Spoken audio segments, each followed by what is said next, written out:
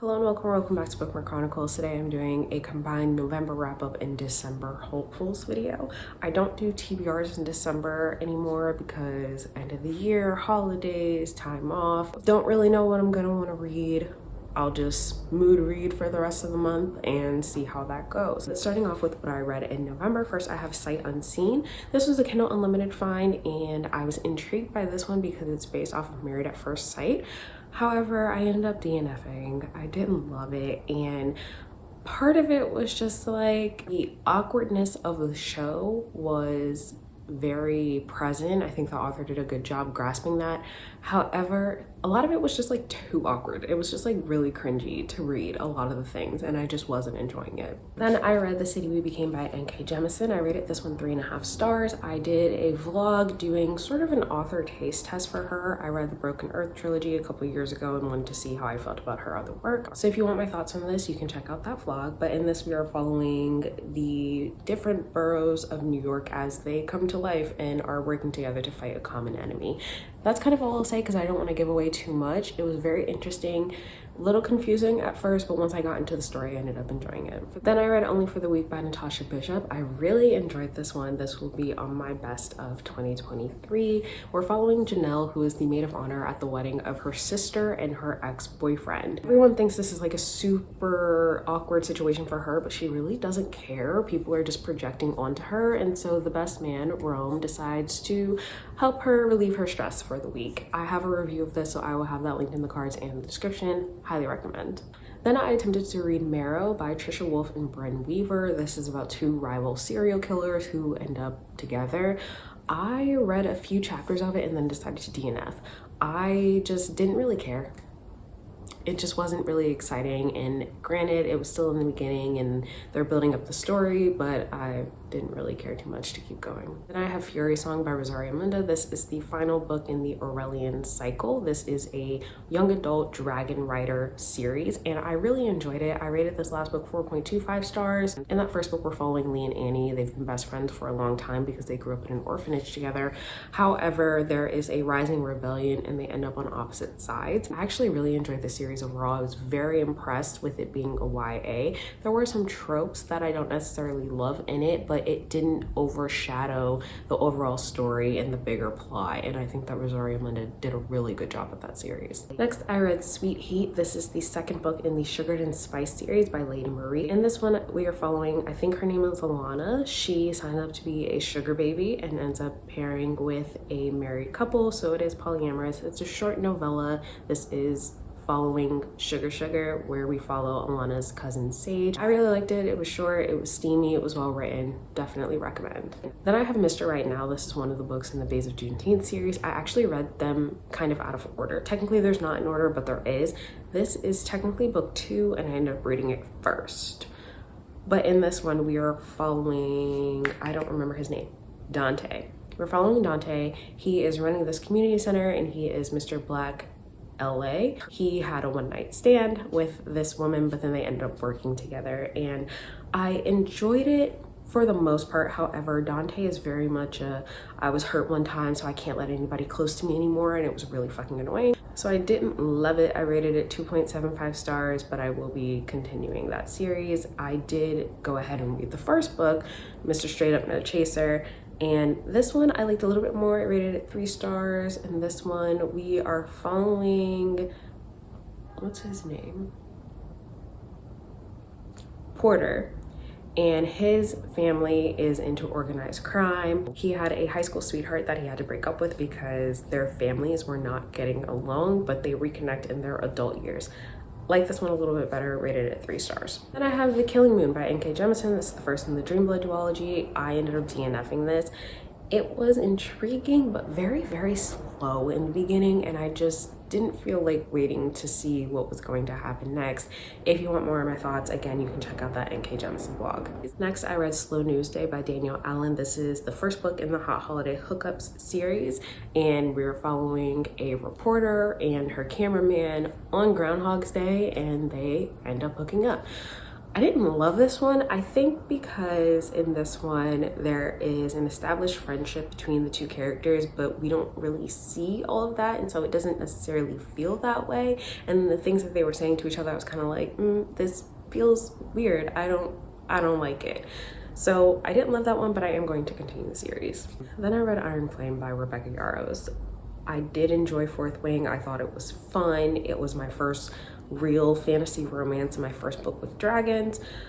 I did complete the book. I rated it 2.75 stars, and I'm not going to continue the series. It's very clear that Rebecca is a romance author and not a fantasy author, and so while she's trying to build this expansive world and include all this political intrigue, she's contradicting herself or backtracking on things. And while we talk about how Fourth Wing is all about the vibes, not the logic, it's hard to ignore the fact that the logic isn't logicking in this one, because she's literally doing things that just don't make sense. Like, you can't tell us that this is how one thing is and then do the exact opposite 100 pages later. Also, that audiobook did not need to be as long as it was. So while Fourth Wing was a fun time, I'm done with this series. In the first book, we are following Violet Soaringale as she goes to this Dragon Rider Academy. Violet has disabilities that make being a Dragon Rider very difficult for her. However, she finds herself in a very interesting predicament when she gets bonded to one of the most powerful dragons in the Empire. So I still think that was a fun time. I do have a review of that, but I'm done with this series and with Rebecca Yarros. Next, I read Mr. Jeweler by Beloved. This is the third book in the Mr. series. Not a good time. Not a good time. We are starting off with this married couple, and there are some secrets and betrayals and things that just did not make sense. I rated this one 2 stars, did not love it. I did go on to continue the series though. Book 4 is Mr. Concierge. I actually really like this one. This is the one that I like the best. I even like this one more than Mr. Librarian. In this one, we're following a girl whose boyfriend breaks up with her, and then like the same day her apartment gets broken into and she's ridiculously traumatized, and she's like, I gotta get out of here. So her brother is like, oh, okay, come home to Memphis and you can stay with my friend. And so it is a brother's best friend sort of forced proximity situation, but it was actually really cute. And the thing about brother's best friend is that it should never be I think my best friend is so trash that I don't want him with my sister, because that's weird, because why are you friends with that person?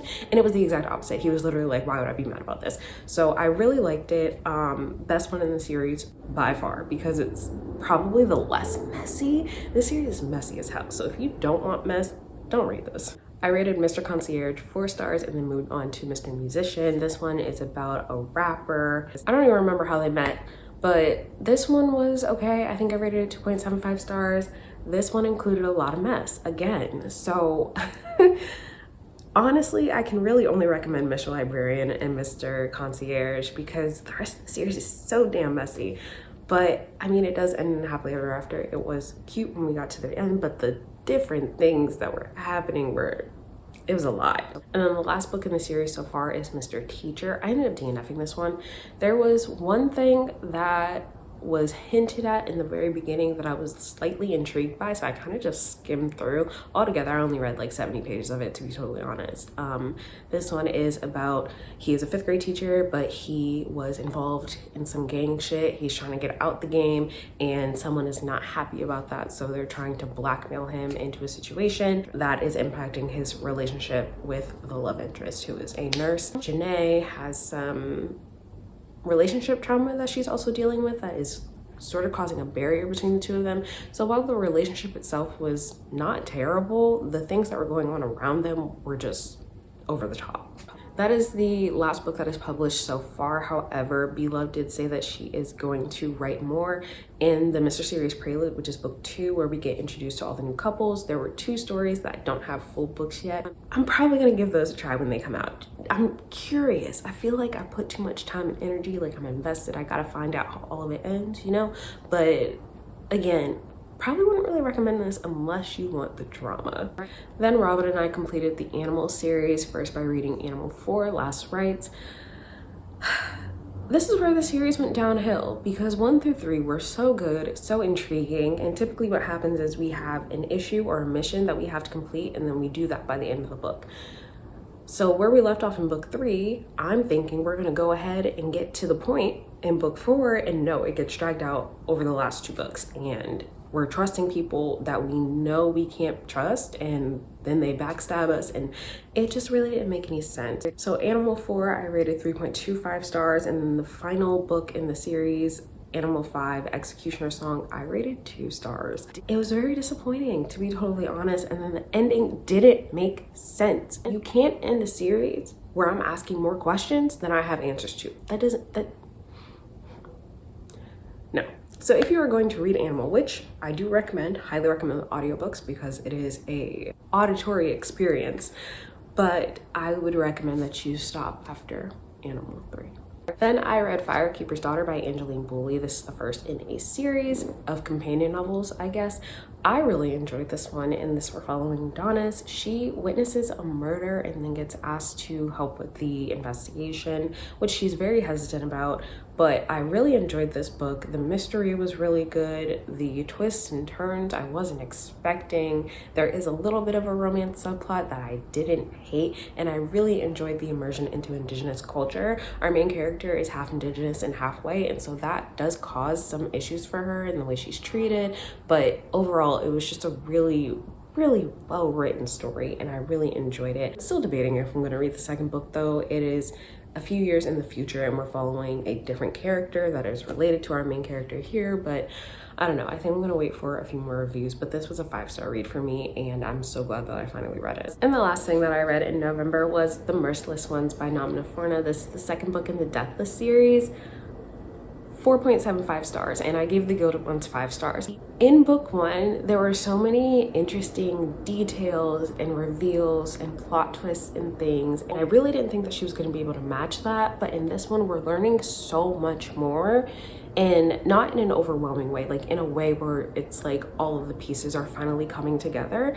And there was one thing that I was able to predict, one thing that I was suspicious about, and I was proven right. However, there are still so many things that could happen, and I really don't know where she's gonna take it, but I'm really excited to read The Eternal Ones, which comes out in February, hoping that arcs go up and I can get one, but if not, I'm definitely pre-ordering that book because this was so good.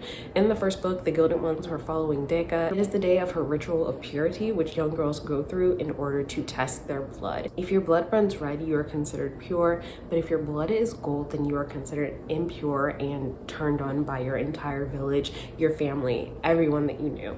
And so that first book is very dark, it's very heavy, it's very brutal because we witness what these girls go through, but when they make it through to the other side, it's so good. So highly recommend. I feel like nobody talks about book 2. Everyone talks about book 1 and how much they love it, and it seems like nobody has read the second one, and if you read the first one and you liked it, you need to continue the series because this one is just as good.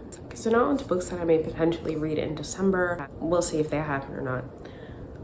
First is monthly buddy reads. So Robin and I will be reading Ice Planet Barbarians. Why? Payback. If you know, you know. This is about women that get kidnapped, they crash land on a planet and then end up pairing off with these blue alien dudes, whatever. Curiosity, but also forcing Robin to read something that she doesn't want to read. So that is why that is happening. Then I will be maybe reading The Book Thief with Ashley. This is a book that I've had for a really long time. It's one that's been recommended to me a lot. It's been on my shelves for who knows how long, and I just never read it. So I'm finally going to do it because I can't keep having this sit on my shelves unread. Like, I need to read it. What is it about? Honestly, I don't even remember. It's fine. We'll talk about it in the wrap up. A book that I was supposed to read last month. Actually, I think we were supposed to read this even a few months ago, and it just keeps getting pushed back, but I'm going to finally try to get to The Rage of Dragons by Evan Winter. From what I know, we are following our main character. His family has been murdered and he is on a mission to get revenge. Apparently he's not good at sticking to the plan, though. I've been warned about that, so we'll see how it goes. I am excited to read this. I'm excited to learn more about this world. I know that the second book is out and I believe that there's supposed to be a third. I've heard mixed things about how people feel about the first and second books though, so I'm interested to see where I land. This is supposed to be a buddy read with a few friends, so I mean, we'll see if we actually get to it. I don't know. Next, Asia Monique is releasing a book. She is doing a blind date with a book type thing. I know that it's Black Mafia. That's all that really matters. I pre-ordered it. I believe it's supposed to be book 7 in the Mafia Misfit series. Who is it about? I have no freaking clue. None of us do, apparently. We've all been guessing the wrong thing. So who knows what's gonna happen? It doesn't really matter. I'm currently rereading Simple Enforcer, and I don't think that's gonna give me any clues, but I just really wanted to reread Rocco because, you know, but I'm excited to read whatever this is. And then eventually I'm gonna start working through her backlist because I've only read her Mafia series so far, but I'm very excited about this next book. And then if possible, I would like to complete some series in December. Which series? I don't know, maybe the Hot Holiday Hookups by Daniel Allen, because those are pretty short. I could probably get through a few of those. I hope to make some headway in Bays of Juneteenth. I've only read the first 2 books so far, and there are 11 in total, so that's a maybe. I also have some duologies that I haven't touched. I never read the sequel to These Violent Delights. I never read the prequel to They Both Die at the End. I own them both, so I do need to read them. I also have some stuff on my Kindle that I need to read. I don't know. December is going to be a month where we just wing it and go with the flow, so your guess is as good as mine. But let me know if you have any of these or if they are on your TBR. Otherwise, that's all I have for you today, and I'll see you in the next video.